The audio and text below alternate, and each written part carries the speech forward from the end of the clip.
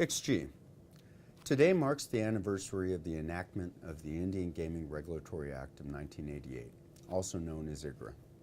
Thank you for joining my teammates and I at NIGC and taking a moment to reflect upon the history and future of Indian gaming. First and foremost, it must always be remembered that gaming is not something that was given to tribal nations.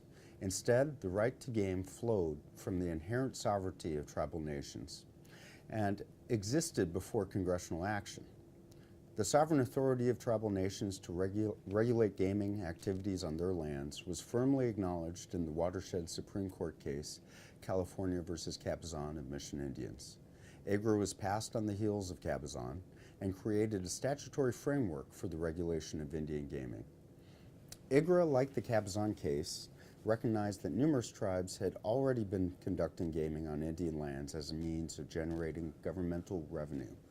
Congress understood this and built IGRA upon the federal policy to promote tribal economic development, tribal self-sufficiency, and strong tribal governments.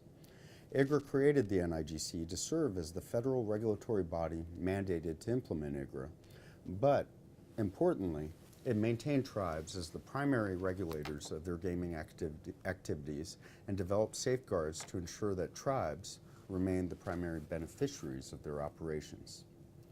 Since the Cabazon decision and the enactment of IGRA, Indian gaming has grown into a healthy and strong industry. Earlier this year, we announced that 2016 gross gaming revenues for Indian country were $31.2 billion, a number that we were careful to note was not the same as net revenue and also must not be construed as a windfall to all Native communities. Nonetheless, we noted that although the majority of tribal operations are modest operations, even the smallest operations provide much needed jobs and critical governmental programs and services to tribes and neighboring communities. The health of the tribal gaming industry springs from tribal innovation made possible by a strong regulatory structure that supports tribal sovereignty. Looking to the future, IGRA's purpose remains as relevant now as ever. As regulators of Indian gaming, we recognize the overall success of Indian gaming both in terms of regulation and economic impact.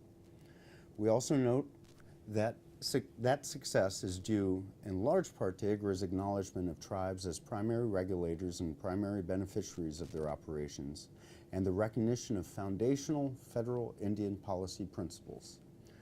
These same tenets that form the basis of IGRA guide our day-to-day regulatory work here at the NIGC and inform our ongoing efforts working with our regulatory partners to protect the Indian gaming industry as a means of generating tribal revenue. The continued prosperity of the industry is revealed year after year in our reflection on the accomplishments made by tribes as a result of their gaming operations. As we move forward into the next 30 years of Indian gaming, we at the NIGC are committed to implementing IGRA in a manner that ensures the integrity of Indian gaming while supporting overarching principles of tribal self-determination, respect for inherent tribal sovereignty, upholding the federal trust responsibility to tribal nations, and ensuring that the NIGC continues to recognize the diverse histories and land bases of tribes as they pursue economic activities in a manner consistent with their values. Thank you for joining me today, and thank you for your continued work to ensure that the future of Indian gaming is as bright as its past. Modo.